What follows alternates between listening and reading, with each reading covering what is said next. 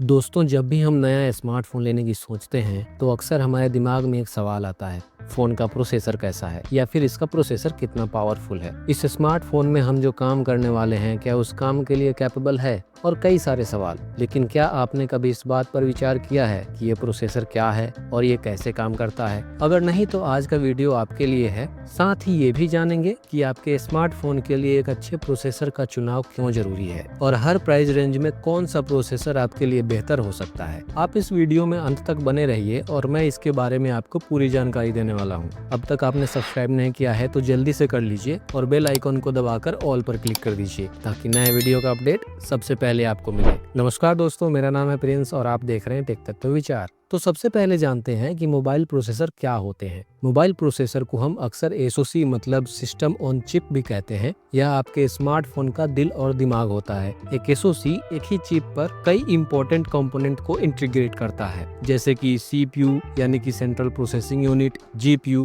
Graphics processing unit and other को processors. ये chip आपके फोन को फास्ट, पावर एफिशिएंट और मल्टीटास्किंग के लिए सक्षम बनाती है। तो ये मोबाइल प्रोसेसर काम कैसे करता है? जब आप अपने फोन में कोई भी ऐप ओपन करते हैं, जैसे गेम खेलते हैं या कोई वीडियो देखते हैं, तो प्रोसेसर उस डेटा को प्रोसेस करता है और आपके फोन के बाकी कंपोनेंट के साथ कोऑर्डिनेशन बिठाता है ताकि आपको एक्सपीरियंस कमाल का मिले। वहीं सीपीयू को आप फोन का प्राइमरी ब्रेन कह सकते हैं। यही वो यूनिट है जो सभी मेन इंस्ट्रक्शंस को प्रोसेस करता है। स्मार्टफोन्स में सीपीयू मल्टी कोर होता है, जैसे कि डुअल कोर, क्वाड कोर या ऑक्टा कोर, जो मल्टीटास्किंग को बेहतर बनाता है। अब ये डुअल कोर, क्वाड कोर और ऑक्टा कोर का क्या मतलब है?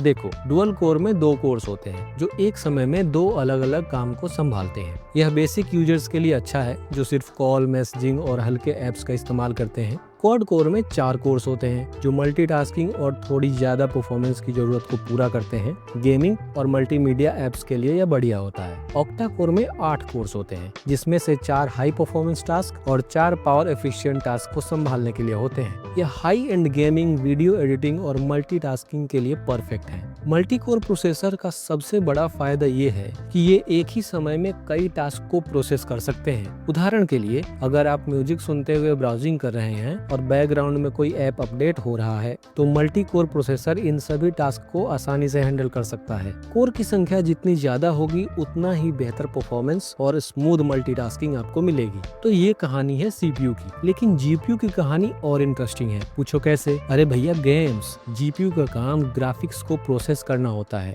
यह गेमिंग और वीडियो रेंडरिंग जैसे कामों के लिए बहुत जरूरी होते हैं। जीपीयू आपके फोन को ग्राफिक हेवी टास्क में स्मूथ और एफिशिएंट बनाता है। जैसे अगर आप सीओडी मोबाइल या पबजी मोबाइल जैसे गेम्स खेलते हैं तो एड्रेनो जीपीयू, जो क्वालकॉम स्नैपड्रैगन चिपसेट में मिलता है, हाई क्वालिटी ग्राफिक्स और स्मूथ गेम प्ले इंश्योर करता है। वहीं मीडियाटेक डायमेंसिटी चिप में मौजूद माली जीपीयू ग्राफिक हेवी टास्क को बैलेंस्ड परफॉर्मेंस और एफिशिएंसी के साथ संभालता है। आजकल के प्रोसेसर्स में एआई को संभालने के लिए डेडिकेटेड कोर होते हैं। ये कोर कैमरा, वॉइस रिकॉग्निशन और रियल टाइम ट्रांसलेशन जैसी स्मार्ट फीचर्स को बेहतर बनाते हैं। आपको क्या लगा, एआई ऐसे ही चलेगा? ना जी ना, इसके लिए भी अलग से पावर लगेगा। अब सवाल आता है कि स्मार्टफोन में प्रोसेसर्स का इतना इंपॉर्टेंस क्यों है, और इसको समझना बहुत जरूरी है। जैसे एक ह्यूमन बॉडी को बिना हार्ट और ब्रेन के इमेजिन नहीं किया जा सकता, ठीक वैसे ही बिना प्रोसेसर के स्मार्टफोन को इमेजिन नहीं किया जा सकता। प्रोसेसर आपके फोन की परफॉर्मेंस, बैटरी लाइफ और ओवरऑल यूजर एक्सपीरियंस को डिफाइन करता है।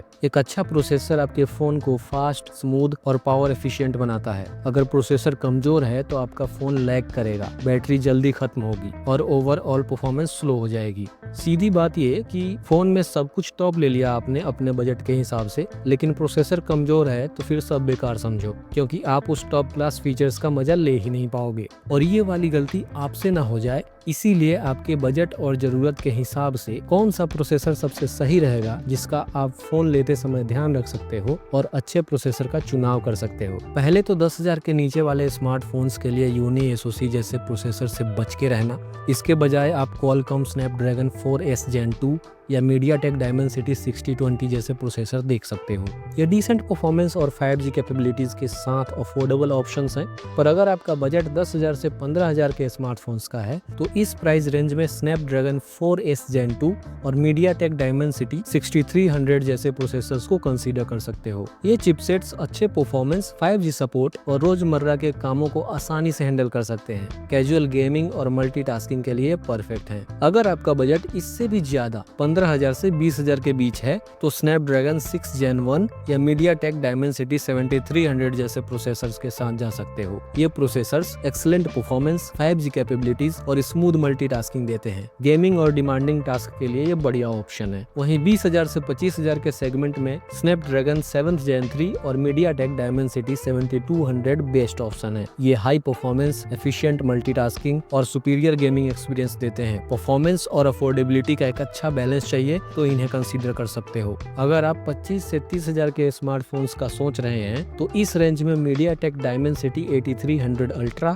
और Snapdragon 7 Gen 3 अपग्रेडेड मॉडल को कंसीडर कर सकते हैं। ये फ्लेक्सिब लेवल परफॉर्मेंस देते हैं, heavy multitasking, high frame rate gaming और AI टास्क के लिए आइडियल है। लेकिन अगर आपके पास है मोटा पैसा और आप 30,000 से ऊपर के स्मार्टफोन्स के बारे में सोच रहे हैं तो प्रीमियम स्मार्टफोन्स के लिए जो 30,000 से ऊपर आते हैं Snapdragon 8 Gen 3 और 8 Gen 2 एक्सीलेंट चॉइस है। ये top notch performance, advanced AI capabilities और लेटेस्ट टेक्नोलॉजी को सपोर्ट करते हैं। MediaTek का Dimensity 9200 भी अच्छा ऑप्शन है, लेकिन प्रीमियम सेगमेंट में Snapdragon जनरली बेहतर परफॉर्म करता है। तो ये हैं कुछ रिकमेंडेशंस जिसके साथ आप जा सकते हो। वैसे 2024 में प्रोसेसर्स में कई एडवांसमेंट हुए हैं, जैसे नए CPU आर्किटेक्चर के साथ प्रोसेसिंग स्पीड और मल्टीटास्किंग कैपेबिलिटीज में सुधार हुआ है। एडवांस्ड पावर मैनेजमेंट टेक्निक्स जो आई हैं, इससे डिमांडिंग टास्क करते हुए भी बैटरी ड्रेन कम होता है। डेडिकेटेड AI कोर्स के साथ photography, real time language translation और पर्सनलाइज्ड एक्सपीरियंस में इंप्रूवमेंट हुआ है। अब 5G टेक्नोलॉजी स्टैंडर्ड बन चुकी है जो फास्टर डाउनलोड और अपलोड स्पीड देती है। मुझे उम्मीद है जब आप नया फोन खरीदने जाएंगे तो प्रोसेसर को समझकर सही फैसला ले पाएंगे